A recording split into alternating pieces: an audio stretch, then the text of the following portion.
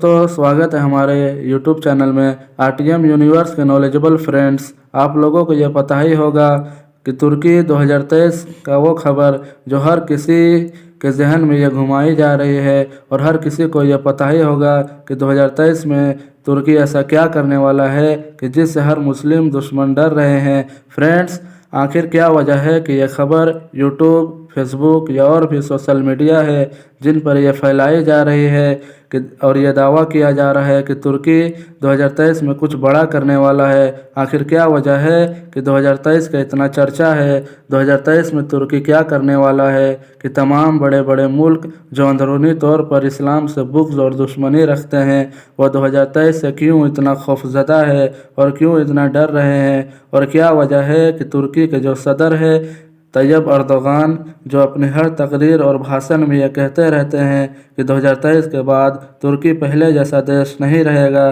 तो दोस्तों, आखिर क्या वजह है कि तुर्की पहले जैसा नहीं रहेगा और क्या बदलाव होने वाला है तुर्की में? यही सब जानने के लिए आज हम आपसे रूबरू हुए हैं। तो दोस्तों, यह कहानी शुरू होती है 1914 से, जब फर्स्ट वर्ल्ड वार शुरू हुई थी।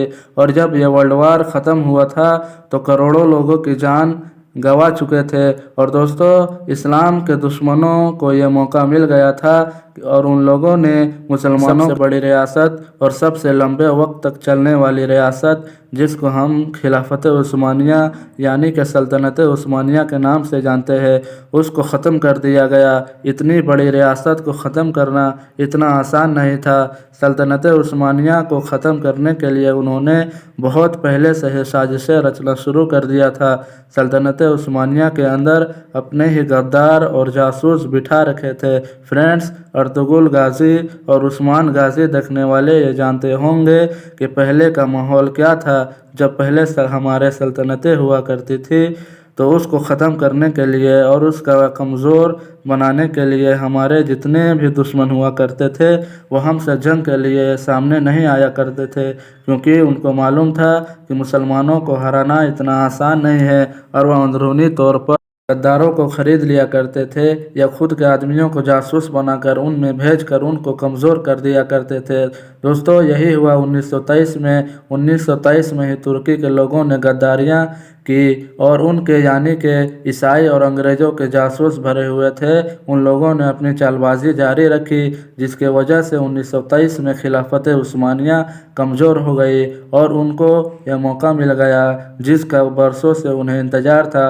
और आखिर उन लोगों ने तुर्की के कमज़ोर होने पर उनके सामने यह शर्त रखी कि अगर तुर्की अपनी सलामती चाहता है तो हम जो कहते हैं उसे मानने के लिए राज़ी हो जाए।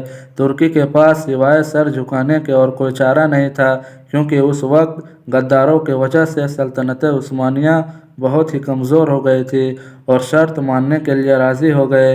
इन्हीं बातों के नतीजे एक मुआहिदा हुआ, यानी कि एग्रीमेंट हुआ। इस मुआहिदे को लोज़ान के नाम से भी जाना जाता है।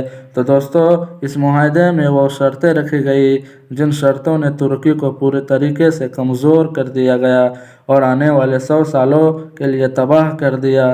दोस्तों, तुर्की जो पहले इतना ताकतवर हुआ करता था, ऐसा मुल्क बन चुका था कि कुछ नहीं कर सकता था सिवाय लाचारी के।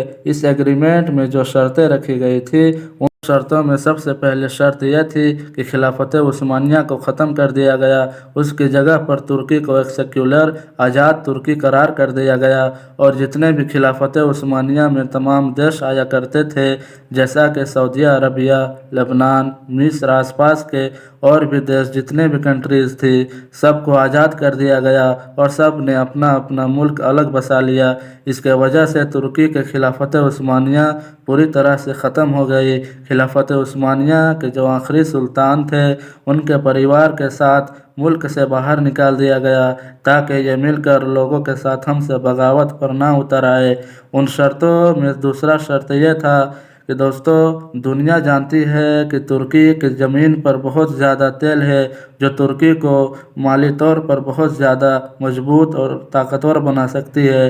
जैसा कि आज दुबई, कतर या सऊदी अरब और भी जितनी कंट्रीज़ है जो तेल के दम पे बहुत ज़्यादा अमीर और ताकतवर हो चुकी है, तुर्की भी तेल के वजह से बहुत ज़्यादा ताकतवर और ऊपर जा सकता था। उन शर्तों में से एक शर्त यह भी था कि तुर्की 100 सालों तक अपनी ज़मीन से तेल नहीं निकाल सकता है, और उन्हीं शर्तों में से एक शर्त यह भी लगाया गया था कि तुर्की की जो अपनी बंदरगाह है, जो यूरोप एशिया को जो दोनों को आपस में मिलाती है, इसमें से बहुत से जहाज़ों को जो बिजनेस के तौर पर आते जाते हैं, उनसे कोई भी टैक्स वसूल नहीं कर सकता। और भी बहुत सी चीज़ें हैं और बहुत सी शर्तें हैं जो तुर्की को बहुत ज़्यादा कमज़ोर कर दी थी। लेकिन दोस्तों, वो वक्त भी आ गया जिसका इंतज़ार तुर्क लोगों ने 100 सालों से किया था। अब 2023 में ये सारे शर्तें कंप्लीट होने जा रही है, यानी 2023 ऐसा साल है जिसमें तुर्की अपनी ज़मीन से तेल भी निकाल सकता है। इसके अलावा तुर्की खिलाफत का मांग भी कर सकता है, और उसके अलावा तुर्की की जो अपनी बंदरगाह है जिसमें वो बहुत ज़्यादा टैक्स वसूल कर सकता है, और अपनी जीडीपी और अपनी इकोनॉमी को बहुत ऊपर ले जा सकता है। और फ्रेंड्स, 2023 में क्या मोड़ आने वाला है, इस बात का अंदाज़ा तो सिर्फ आप इस बात से लगा सकते हैं कि तुर्की के जो सदर है रजब तैयब अर्दोगान, कि जो अपनी हर तकरीरों और अपने हर भाषणों में ये कहते रहते हैं कि 2023 के बाद तुर्की पहले जैसा तुर्की नहीं रहेगा, यानी कि तुर्की ऐसा देश बन जाएगा कि इतिहास और तारीख में हुआ करता था। दोस्तों, हम सब जानते हैं कि खिलाफत उस्मानिया की तारीख क्या थी। यह खिलाफत अर्तुगरुल गाजी के दौर से जो निकल कर आई थी, वह तुर्की सल्तनत की ही थी। तो दोस्तों, तुर्की के छोटे से कबीले के लोगों ने इस सल्तनत की बुनियाद रखी थी और पूरे दुनिया में इस्लाम का परचम लहराया था। यह इस्लाम की सबसे बड़ी सल्तनत थी। फ्रेंड्स, सब बड़ी और अहम बात यह है कि यूरोपियन कंट्रीज़ जैसा कि अमेरिका या और भी इन जैसे इस्लामिक दुश्मन मुल्क है, उन लोगों को कोई भी इतनी बड़ी टेंशन नहीं होती अगर रजब तैयब अर्दोगान तुर्की के प्रेसिडेंट नहीं होते। रजब तैयब अर्दोगान का ये मानना है कि इस्लाम नहीं तो कुछ भी नहीं। तो दोस्तों, देखते हैं आने वाले साल में क्या होता है। तो फ्रेंड्स, आज के लिए इतना ही। वीडियो को लाइक करें, सब्सक्राइब करें और अपने दोस्तों के साथ शेयर करें। मिलते हैं अगली वीडियो पे।